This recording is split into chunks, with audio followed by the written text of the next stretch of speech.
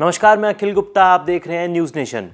BCCI ने अपने central contract की लिस्ट जारी कर दी है और जैसे कि आप सभी को पता है कि ईशान किशन और श्रेयस अय्यर को कॉन्ट्रैक्ट लिस्ट से बाहर का रास्ता दिखा दिया गया है। बीसीसीआई ने इनको वार्निंग भी दी थी कि जो खिलाड़ी फिट हैं, अगर वो टीम इंडिया का हिस्सा नहीं है तो जाकर घरेलू क्रिकेट खेलें, रणजी ट्रॉफी खेलें और अगर अनफिट हैं तो एनसीए में समय बिताएं। लेकिन श्रेयस अय्यर और ईशान किशन ने ना एनसीए में गए ना घरेलू क्रिकेट खेला और इसके बाद बीसीसीआई ने एक बड़ा फैसला लेते हुए इन दोनों ही स्टार प्लेयर्स को सेंट्रल कॉन्ट्रैक्ट की लिस्ट से बाहर कर दिया गया है। यानी कि अब ये दोनों सेंट्रल कॉन्ट्रैक्ट का हिस्सा नहीं है। लेकिन सेंट्रल कॉन्ट्रैक्ट में रजत पाटीदार को जगह मिली है। अब आप सोच रहे होंगे कि यार रजत पाटीदार की कॉन्ट्रैक्ट लिस्ट में एंट्री कैसे हो गई, क्योंकि उनका परफॉर्मेंस तो अभी तक मौजूदा सीरीज में कुछ खास नहीं रहा।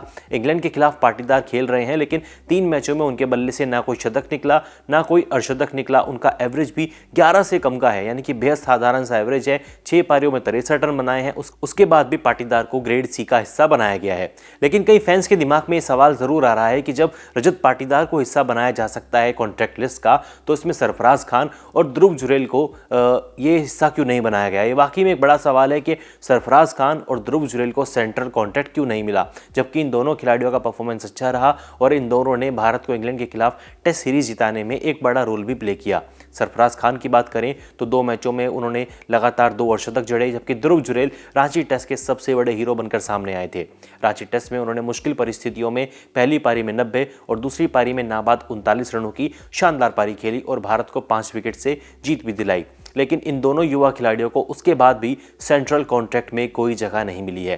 तो चलिए आपको बताते हैं कि आखिर बीसीसीआई ने ऐसा क्यों किया, इन दोनों ही खिलाड़ियों को सेंट्रल कॉन्ट्रैक्ट का हिस्सा क्यों नहीं बनाया।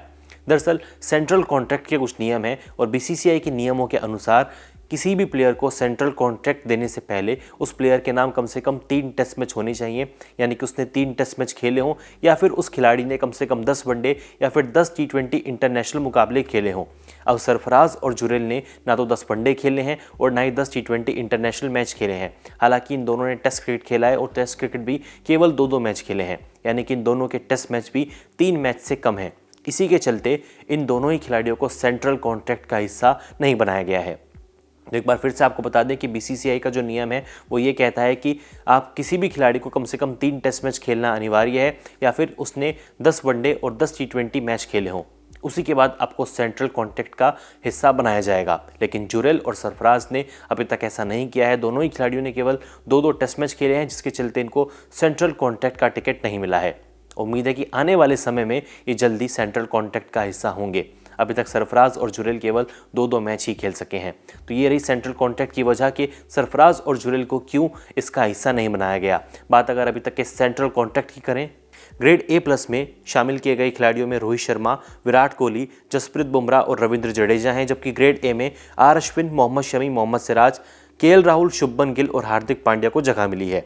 ग्रेड B में सूर्य कुमार यादव, ऋषभ पंत, कुलदीप यादव, अक्षर पटेल और यशस्वी जायसवाल शामिल हैं, जबकि ग्रेड C में रिंकू सिंह, तिलक वर्मा, ऋतुराज गायकवाड़, शार्दुल ठाकुर, शिवम दुबे, रवि बिश्नोई, जितेश शर्मा, वाशिंगटन सुंदर, मुकेश कुमार, संजू सैमसन, अर्शदीप सिंह, केएस भरत, प्रसिद्ध कृष्णा, आवेश खान और रजत पाटीदार को जगह मिली है। तो इस खबर पर क्या है आपकी राय, कमेंट सेक्शन में ज़रूर बताएं। साथ ही अगर आपको ये वीडियो पसंद आया हो तो लाइक, कमेंट और शेयर करना बिल्कुल ना भूलें।